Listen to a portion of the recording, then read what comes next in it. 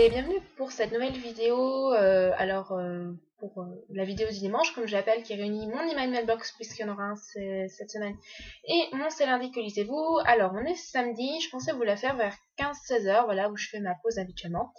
Sauf que j'étais vraiment bien lancée dans mes révisions, en plus je suis super à la bourre, donc voilà, j'ai pas trop la tête à faire une vidéo. Ce qui explique un petit peu les lumières allumées, la luminosité, il fait nuit dehors, quoi. Du coup, voilà, j'espère que ça va quand même bien rendre. Alors, cette semaine, j'ai reçu un livre, je n'ai toujours pas reçu le colis Fnac avec les cadeaux de Michiko à l'intérieur, ça devient désespérant. Apparemment, le colis a été égaré par la poste, donc la Fnac fait une recherche auprès de la poste, mais la poste met énormément de temps à répondre, donc je désespère pas de le recevoir un jour. Ah, parce qu'en plus, il y avait 2 livres pour moi aussi, donc voilà, il y a des cadeaux. Mais il y avait aussi 2 livres pour moi que j'attends avec impatience. Bref, cette semaine, j'ai reçu vraiment un magnifique livre. Il s'agit du tome 3 de Francesca, donc le dernier tome de la trilogie, Maîtresse de Borgia de Sarah Poole, publié aux éditions MA. Donc je remercie beaucoup Inès, la service presse qui travaille avec Gilles Paris, de me l'avoir envoyé. Donc j'ai lu le tome 1, je vous mets la chronique si vous voulez dans la barre d'informations. C'est pas un tome 1 qui a un avis positif, c'est plutôt mitigé même. Je me suis heurtée à un style vraiment super dense, donc c'est un thriller historique adulte. Moi je m'attendais à un thriller qui coule de source, donc j'aime beaucoup les thrillers historiques, mais j'avais jamais lu en fait de thriller historique adulte. Et il y a beaucoup d'informations, et voilà, c'est très dense en informations. Moi je m'attendais à une lecture vraiment légère, ça n'a pas été le cas.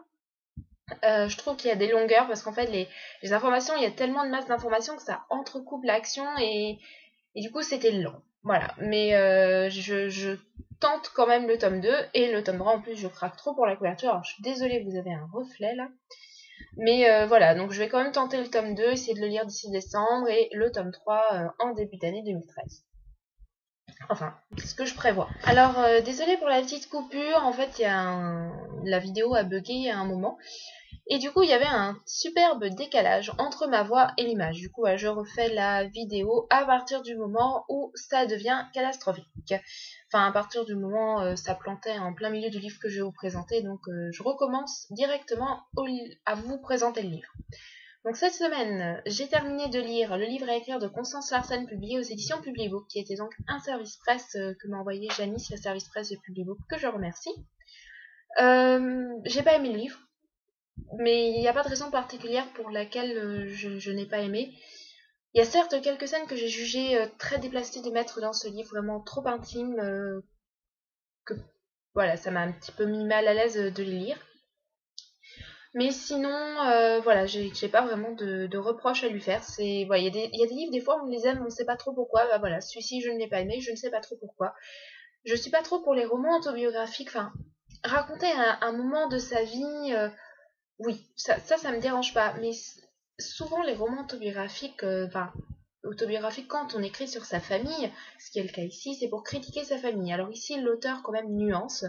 Elle ne met pas des jugements proprement dits, elle montre défauts et qualités des personnes, mais il y a quand même des petites critiques. Voilà, c'est un petit peu critiquer sa famille. Alors, moi, je les connais pas, ces personnes.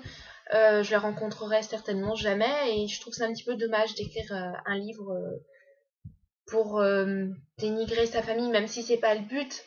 Je comprends bien que c'est pas du tout le but recherché dans ce livre, c'est un petit peu c'est quand même un petit peu le cas.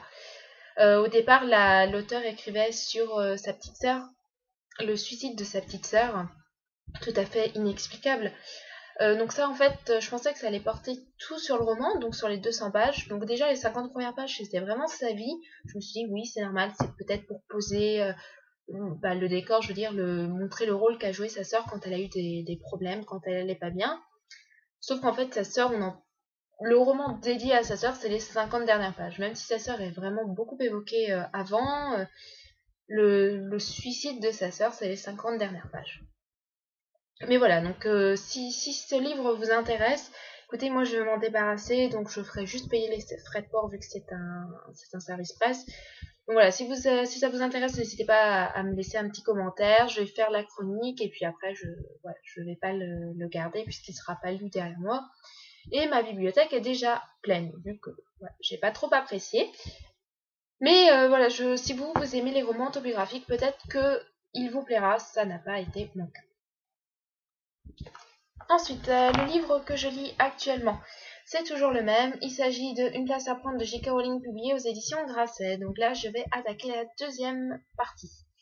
Donc, je suis à 250 pages et ça me plaît beaucoup.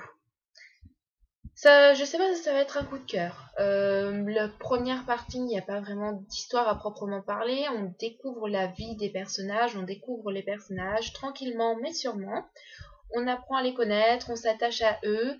On va dire que c'est une partie nécessaire au livre pour poser le décor. Et vu que l'auteur va utiliser pas mal de personnages, ça nous permet un petit peu de nous familiariser avec les personnages, même si j'ai encore un petit peu mal à tous les différencier. Donc c'est une partie qui sera certainement décrite comme un petit peu longuette par des personnes qui n'adhèrent pas trop au livre. Oui, je peux comprendre qu'on décrive cette partie longue, mais moi je me suis absolument pas ennuyée. Ça pose le décor et j'ai accroché. Moi je trouve cette partie vraiment très bien faite. Alors après on m'a dit que la deuxième partie était très addictive. Donc j'ai très hâte de la commencer. Donc là, bien, on va aller dans le vif du sujet. Donc, pour vous rappeler très brièvement l'histoire, un notable du nom de Barry Fairbrother est mort. Et du coup, il faut le remplacer. Et du coup, il va y avoir une élection ou pas.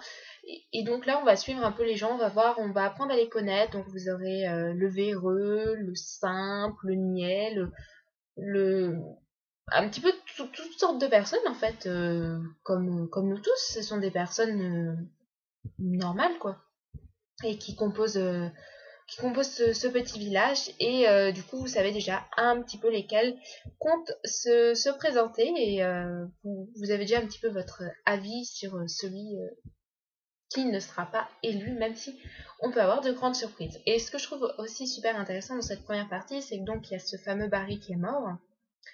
Et c'est un personnage qu'on ne connaît pas. Et c'est marrant de voir toutes les visions les différentes visions que les personnes ont sur lui. Parce qu'il va du super ami, il y en a qui le considèrent presque comme un dieu. Des gens juste, d'autres comme une personne vraiment super sympathique, mais sans rien d'exceptionnel. Et d'autres que c'est un magouilleur, un véreux, tout ce que vous voulez. Donc c'est vraiment super marrant, j'ai envie de dire. Et super intéressant, puisqu'au final on ne le connaît pas ce personnage, et on ne sait pas vraiment comment il était.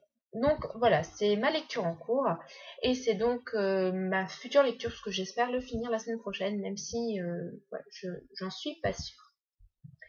Donc voilà pour cette vidéo, j'espère que cette fois-ci le son ne sera pas décalé.